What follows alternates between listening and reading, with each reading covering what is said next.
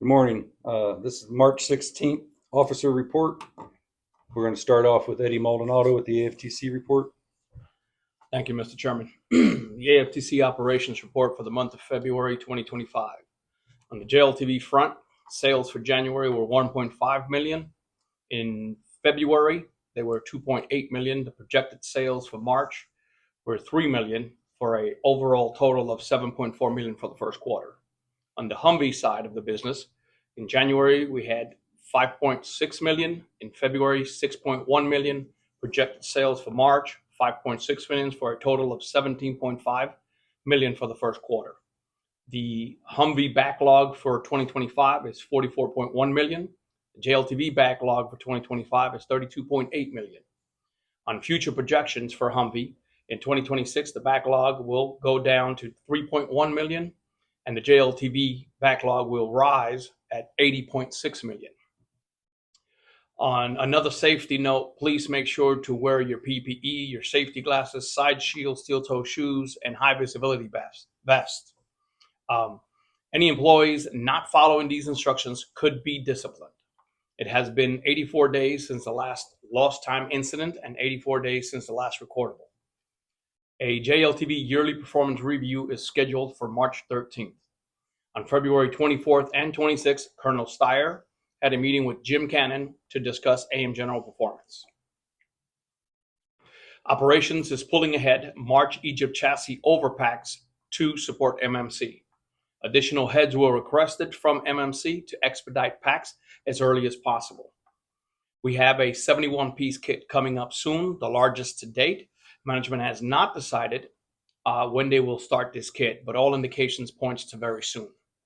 Management wants to get as much work out before the government decides that they are going to either stay in business or shut down. That could affect our delivery dates and so on. We currently have 55 employees, and we are waiting on 7 replacements for the JLTV.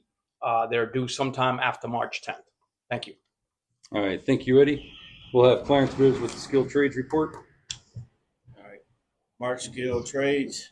Manpower 16 on first shift, 4 on second, 2 pipe fitter upgraders, 2 at AFTC, 4 on medical for a total of 28. Trades continue to work on PMs throughout the plant and also in plant 2. Millwright started loading the chassis on flatbeds for shipment. Cisco continues to rearrange the bridge cranes over in plant 2. They're also putting up a new bridge crane for the hood install. Midland Engineer was in to do repairs on the roof due to leaks. The electricians continue to learn the new equipment in plant 2. Red Viking found some vendor defects on the AGVs, so they had to be repaired. Hoosier Crane will be in on the 5th and the 6th to change the cables, the lip cables on the Stellar elevator. And Champion Tool was also in to install more tooling in the trailer area. That's it. All right. Thank you, Clarence. We'll move on. We'll have Sean McDougall with the military report. Thank you, Mr. Chairman. Good morning, brothers and sisters. The company did cancel our labor management meeting this past Tuesday, which is where we get most of our information from to report back to you guys. I did put together a little bit of what's been going on. We have full production the weeks of March 10th and March 17th. And then we have chassis only build weeks, March 24th and March 31st. On plant 2 side, they still have yet to produce a truck. They had started building 2 trucks late last week, and now they have to tear those apart again because the sidewalls won't line up. So they're struggling over there with fitment issues. Right now we have 15 outstanding grievances, all for basically the same thing under paragraph 96 of the CBA. I know Chairman Oden's going to speak on that a little bit further. So hopefully we're close to a resolution, but he has more information on that, and that's all I have. Thank you. All right. Thank you, Sean. We'll move on with my report. We did have third steps on Tuesday, February 18th. I can't stress enough the importance that you have to come to work. The attendance during third steps, there were some terminations due to the point system. We have nothing to go on. We have no grounds to fight. If if you don't come to work. The points are the points. It's paramount that you come to work every day. I don't know how else to stress that. I know I've talked about it in union meetings, talked about it on these, but you have to come to work. Give us something to fight for. I mean, it's hard to win. Points the points, and the company, they're not willing to bring anybody back once you point out. When you call off for work, you call into the attendance line. You have to be very specific when you call in. If you're calling in a personal day, you have 5 of those.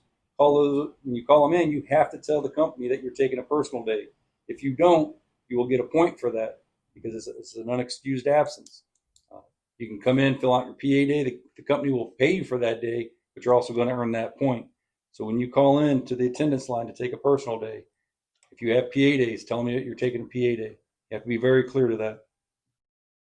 With the survey, that did close on the 28th of February. So we have that information. We were compiling some of that, getting ready for our kickoff meeting with the company. We had about 65% membership that actually took the time to do the survey. It's only about 10 minutes. We did everything we could to make it as easy as possible. We used SurveyMonkey. You did it right off your phone. You just scan a QR code. There's 15 questions. So we do have the information from those. Just a few numbers. There's about 140 new hires currently. Only 80 of those people took the survey. And out of the 260 seniority members that we have, there's only 160 people that took the survey. So there's room for improvement. We have to do better, especially when we get ready to start voting on a contract. We have to have better turnout. We have to have the membership show up. One, this survey was for the membership, so we knew how to attack going into negotiations and what the priorities were. We got a little bit of information. Unfortunately, like I said, it's 65%. I'd like to see that number around 95 to 100%, but we're doing better. We're not going to quit. We're going to keep trying. We got to get more membership participation when it comes to the union meetings. I know the numbers for these are going down. We're trying to shorten them up just to get the information out there. Again, we're always trying to improve. The company does want to sit down. Mark Minnie did come up, talk to me.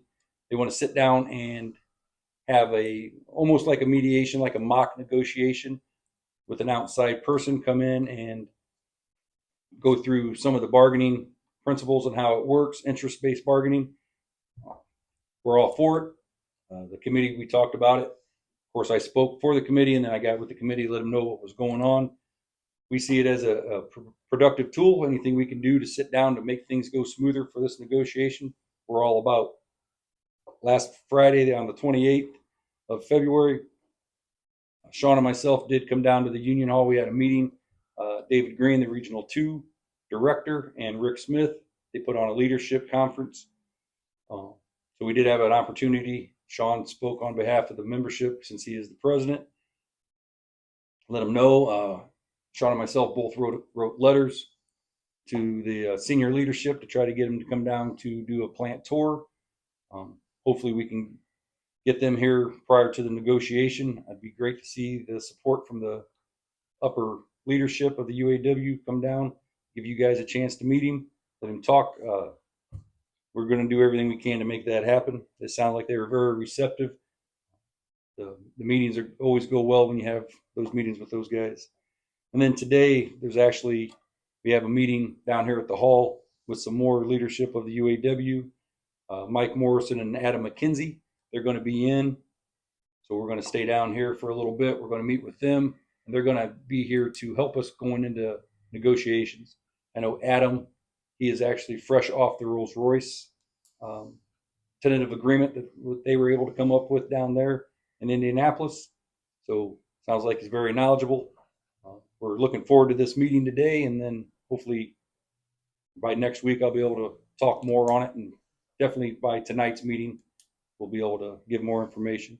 That's all we have. I do appreciate your guys' time.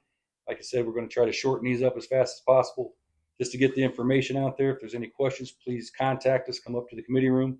We'll do whatever we can to answer your questions. Thank you.